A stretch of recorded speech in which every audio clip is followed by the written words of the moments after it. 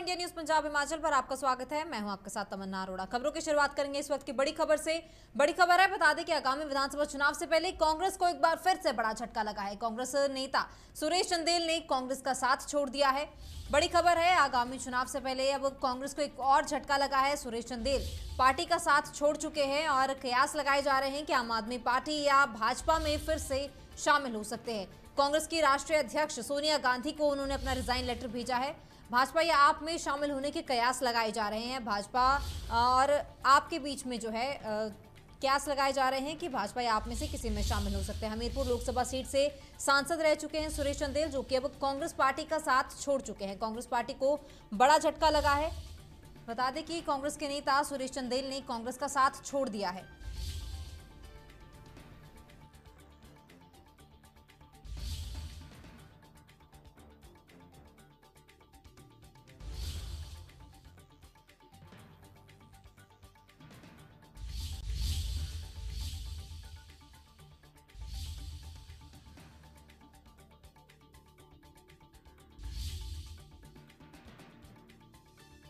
भाजपा का दामन दूसरी आएगी।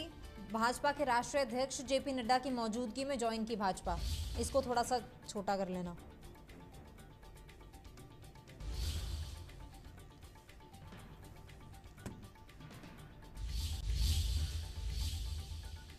बड़ी खबर है, बता दें कि आगामी विधानसभा चुनाव से पहले कांग्रेस को बड़ा झटका लगा है। कांग्रेस पार्टी को बड़ा झटका लगा है। कांग्रेस के नेता सुरेश चंदेल ने कांग्रेस का साथ छोड़ दिया है। भाजपा या आम आदमी पार्टी में शामिल होने के कयास लगाए जा रहे हैं। कांग्रेस के राष्ट्रीय अध्यक्षा सोनिया गांधी को उन्होंने अपना रिजाइन लेटर भेजा है।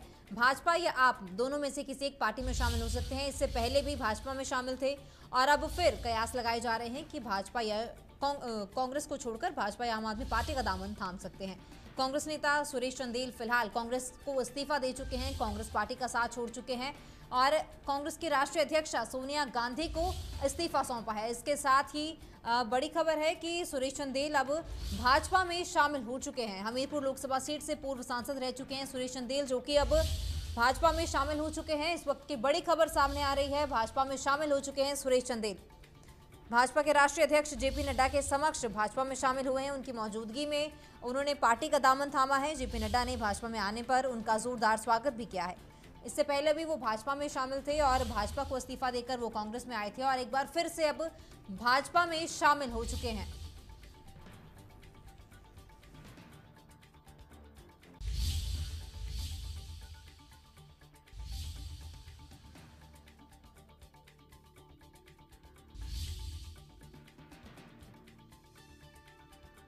साथ छोड़ चुके हैं, कांग्रेस का दामन छोड़ चुके हैं और भाजपा में शामिल हो चुके हैं। सुरेश चंदेल ने भाजपा का दामन थाम लिया है।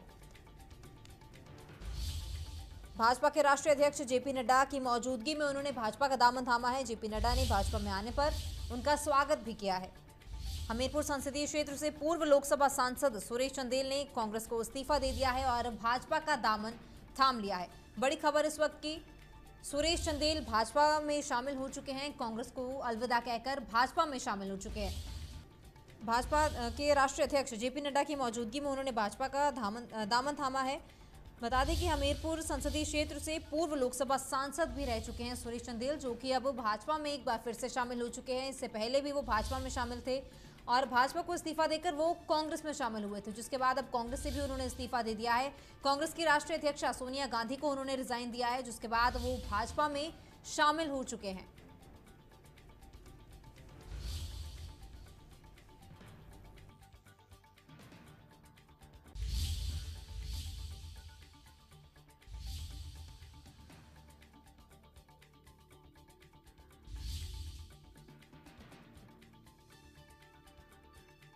कांग्रेस को एक बार फिर से बड़ा झटका लगा है। कांग्रेस पार्टी के नेता सुरेश चंदेल कांग्रेस का साथ छोड़ चुके हैं और भाजपा में शामिल हो चुके हैं। कांग्रेस की राष्ट्रीय अध्यक्ष सोनिया गांधी को उन्होंने इस्तीफा दिया है। भाजपा में सुरेश चंदेल शामिल हो चुके हैं। राष्ट्रीय अध्यक्ष जेपी नड्डा की मौजूदगी में वो शामिल हुए हैं। आगामी चुनाव से पहले लगातार ही सियासत गरमाती जा रही है। कांग्रेस पार्टी को एक बार फिर से बड़ा झटका लगा है। कांग्रेस पार्टी का साथ छोड़कर सुरेश चंदेल अब भाजपा में शामिल हो चुके हैं। कांग्रेस के राष्ट्रीय अध्यक्ष सोनिया गांधी को उन्होंने इस्तीफा दिया है और भाजपा में शामिल हो गए हैं।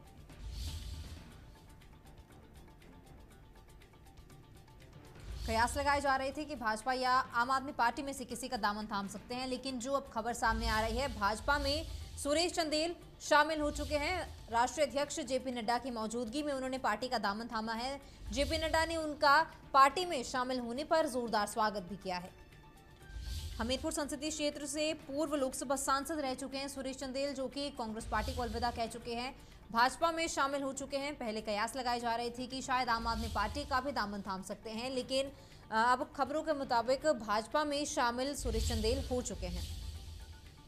राष्ट्रीय अध्यक्ष जेपी नड्डा ने भी उनका स्वागत किया है। जेपी नड्डा की मौजूदगी में वो इस पार्टी में शामिल हुए हैं। कांग्रेस नेता सुरेश चंदेल ने कांग्रेस का साथ छोड़ दिया है। इससे पहले भी वो भाजपा के सदस्य थे, भाजपा में थे, जिसके बाद भाजपा को इस्तीफा देकर उन्होंने कांग्रेस ज्वाइन की थी और अब एक बार फिर से कांग्रेस को इस्तीफा देकर भाजपा में री एंट्री कर ली है। हमीरपुर लोकसभा सीट से वो सांसद रह चुके हैं और अब कांग्रेस पार्टी का साथ छोड़कर भाजपा में शामिल हो गए हैं।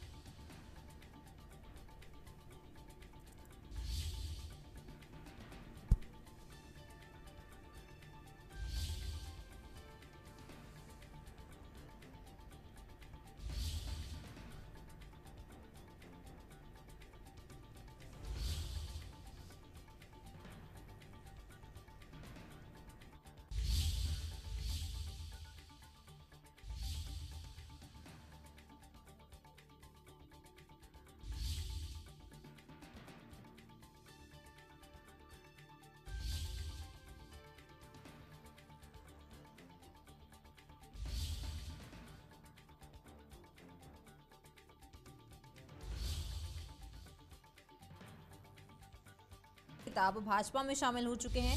सुरेश चंदेल ने कांग्रेस से इस्तीफा देकर भाजपा का दामन थाम लिया है। भाजपा के राष्ट्रीय अध्यक्ष जेपी नड्डा की मौजूदगी में उन्होंने भाजपा का दामन थामा है। जेपी नड्डा ने भाजपा में शामिल होने पर उनका जोरदार स्वागत भी किया है।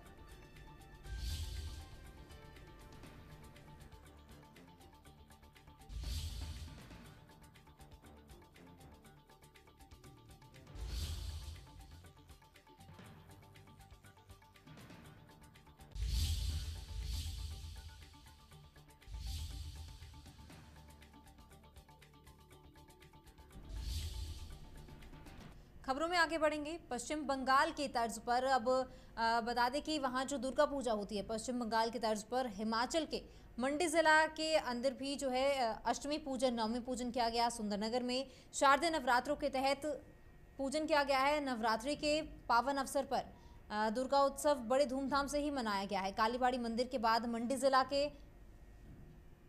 मंडी जिला में इस कार्यक्रम का आयोजन किया गया है। मंडी के सुंदरनगर में पश्चिम बंगाल की तर्ज पर दुर्गा मां की पूजा अर्चना की गई है। कालीबाड़ी मंदिर के बाद मंडी जिला के नगर परिषद क्षेत्र सुंदरनगर में पिछले 40 वर्षों से दुर्गा पूजा धूमधाम से मनाई जा रही है। बता दें कि वर्ष 1982 में बंगाल के रहने वाले तत्कालीन मंडी जिला के उपायुक्त बासु चटर्जी ने इस बंगाली परंपरा को सुंदरनगर में शुरू किया था, जिसके बाद सुंदरनगर में इस कार्यक्रम का आयोजन किया गया। दुर्गा मां की पूजा का जो है वहां पे आयोजन किया गया है। सुंदरनगर में बंगाली समुदाय के अधिकारी और कर्मचारी अधिक संख्या में मौजूद होने के कारण दुर्गा पूजा उत्सव को शुरू वहां किया गया था।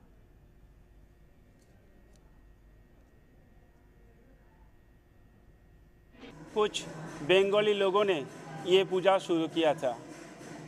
आहिस्ता आहिस्ता ये सारे लोग यहाँ से चला गया, किसी का रिटायर हो गया, कोई बाहर में चला गया। तो आहिस्ता आहिस्ता दिन के दिन ये पूजा लोकल लोगों ने इसका दायित्व ले लिया। ये पूजा बहुत अच्छा से विधि विधान नियम से मुताबिक होते हैं। पूजा में कोई कमी नहीं रह जाता है। जो यहाँ पर मिलते हैं, यहाँ का जो लोकल पीपल है, ये सब लोग जुगाड़ करते हैं। जो कुछ कमी रह जाता है ये हम लोग कलकत्ता से लाते हैं। ये दुर्गा पूजा में संधि पूजा सबसे अहम टाइम है। इस टाइम में माता दुर्गा ने चामुंडा रूप धारण करके जिन लोगों ने शुरू किया वो यहाँ मंडी में डीसी होते थे। जो दुर्गा पूजा होती है इसमें जो हमारे पंडित जी हैं वो बंगाल से ही आते हैं। वो पहले यहाँ पे कलकत्ता के ही लोग होते थे जिन्होंने ये पूजा चलाई थी। उसके बाद धीरे धीरे लोग यहाँ से रिटायरमेंट होके या अपना स्थान छोड़ के चले गए। तो ये पूजा करने का मौका हम लोगों को मिला, जिसमें कि हमारे साथ कुछ एक लोग बच्चे भी जुड़े, जो कि अब कम से कम हमारे 45 मेंबर हैं, जिसमें कि लोग यहाँ से चले भी गए। पर इस टाइम हमारा लेडीज़ का ही ग्रुप है, जो कि हम 5-6 औरतें हैं जो इस पूजा को मिलके कर रही है, और कुछ एक लड़के हैं जो जॉब करने बाहर चले गए हैं। बाकी कोशिश है कि आगे भी इसको हम बढ़ चढ़ के ही मनाएंगे। पहले ही इसका लेवल जो था वो इस हॉल में किया जाता था, जो कि आज पंडाल में किया जाता है। एसडीएम नालागढ़ और बीजेपी नेताओं के बीच बहस हुई है, जिसके बाद बीजेपी नेताओं को हिरासत में लिया गया है। बता दें कि नालागढ़ में ये हुआ है, जहां विधायक परमजीत पम्मी ने 2 घंटे की मशक्कत के बाद मामला शांत करवाया है। उसके बाद स्थानीय निवासी और भाजपा के नेता पुलिस स्टेशन पहुंचे, जिसके बाद जहां पहुंचने पर उन्होंने एसडीएम के खिलाफ मुर्दाबाद के नारे भी लगाए हैं। जब एसडीएम बद्दी मामले की जांच के लिए पहुंचे तो उन्होंने नगर परिषद के ईओ और अध्यक्ष से पूछा कि बिना एसडीएम की परमिशन से दशहरे के लिए कैसे विस्फोटक सामग्री लेकर आए, क्योंकि इसकी परमिशन एसडीएम द्वारा ही दी जाती है। इसी बात को लेकर आपस में बहस बढ़ गई। वहीं स्थानीय लोगों ने भी एसडीएम के साथ हुई बदतमीजी का विरोध किया है।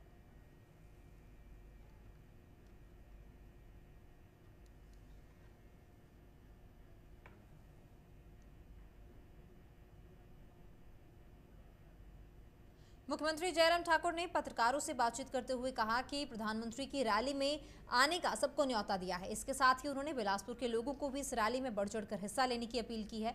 सीएम जयराम ठाकुर ने कहा है कि प्रधानमंत्री नरेंद्र मोदी का बिलासपुर आने पर सभी लोगों को इंतजार है और वो एम्स अस्पताल सहित 3 प्रोजेक्ट्स का उद्घाटन और शिलान्यास करेंगे, जिसको लेकर जिला भाजपा की बैठक भी की गई है। अधिक से अधिक लोगों को रैली में आने का न्योता देने की अपील की है, ताकि इस रैली को ऐतिहासिक बनाया जा सके।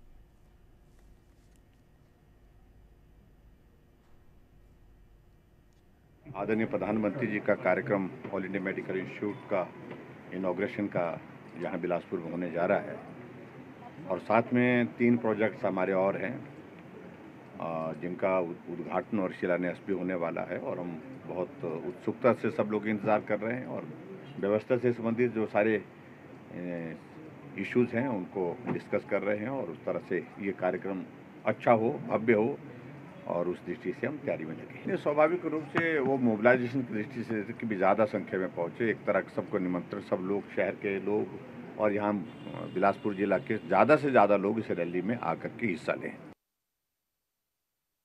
हिमाचल प्रदेश में विधानसभा चुनाव को लेकर सियासत गरमाने लगी है। कांग्रेस पार्टी की वरिष्ठ नेत्री संचालन समिति की संयोजक और डलहौजी से विधायिका आशा कुमारी ने पत्रकार वार्ता के दौरान कांग्रेस के कार्यकारी अध्यक्ष हर्ष महाजन पर जुबानी हमला बोला है।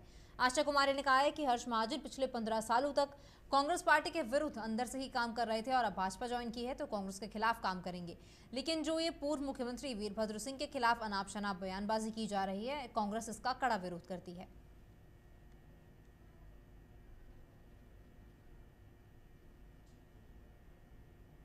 देखिए, जो विधानसभा के चुनाव की तैयारियों की बात है तो कांग्रेस पार्टी पूरी तरह से तैयार है, और कांग्रेस पार्टी की रणनीति जो है वो जैसे जैसे समय निकलेगा प्रदेश के सामने आ जाएगी।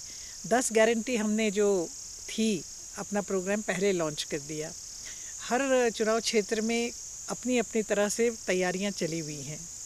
जहाँ तक लोगों के जाने का प्रश्न है तो भारतीय जनता पार्टी में हाल ही में 1 आध दिन पहले श्री हर्ष महाजन जी, जो कि चंबा से विधायक रहे हैं, रहने वाले जम्मू के हैं, चंबा में सेटल थे और वहाँ से वो विधायक रहे हैं, और आज से 15 साल पहले वो चुनाव लड़ने से उन्होंने इनकार कर दिया था। चंबा उसके बाद वो कभी आए भी नहीं, तो चंबा की राजनीति पे तो उनका कोई असर ही नहीं है। मगर अफसोसजनक है जिस तरह के शब्दों का प्रयोग उन्होंने राजा वीरभद्र सिंह जी के लिए किया। राजा वीरभद्र सिंह जी के जीते जी अगर वो इस तरह की बात करते तो हम कहते कि हाँ महाजन, आप में कोई दम है। जिस व्यक्ति की मृत्यु को 1 साल से ऊपर हो गया है, उनके बारे में, उनके संदर्भ में उनका नाम ले करके आप इस तरह की घटिया बात करें, ये कतई जो है कोई सहन नहीं करने वाला है। और जहाँ तक इनके जाने का प्रश्न है तो ये इनके परिवार के लिए कोई नई बात नहीं है। इनके पिता जो हैं वो पहला अपना जो चुनाव है वो स्वतंत्र पार्टी से लड़े। इनकी माता जी चुनाव लड़ी, एक ही चुनाव लड़ी, मेरे ही खिलाफ लड़ी 1985 में आज़ाद उम्मीदवार के तौर पे। रिकॉर्ड के लिए मैं बता दूं उनकी जमानत भी जब्त हो गई थी। ये लड़े, 15 साल तक विधायक रहे। उसके बाद बद्दी में दशहरे के उपलक्ष्य में बनाने वाले पुतलों के विस्फोटक सामग्री में आग लगने से धमाका हुआ, जिसके कारण क्षेत्र में अफरा तफरी मच गई।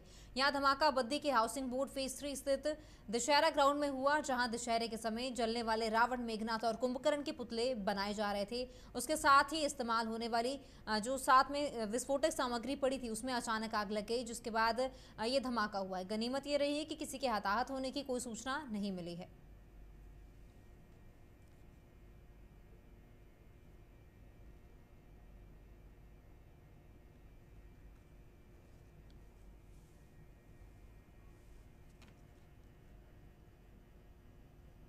नगर परिषद नालागढ़ में सफाई व्यवस्था ठीक न होने के कारण स्थानीय लोगों को काफी दिक्कत परेशानियों से जूझना पड़ रहा है।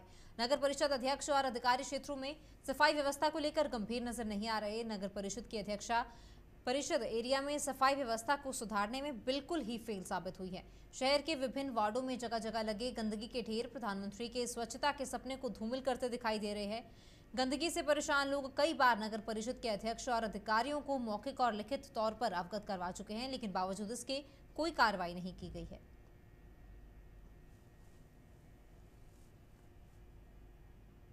फिलहाल इस बुलेटिन में इतना ही। आप बने रहिए इंडिया न्यूज पंजाब हिमाचल के साथ। नमस्कार।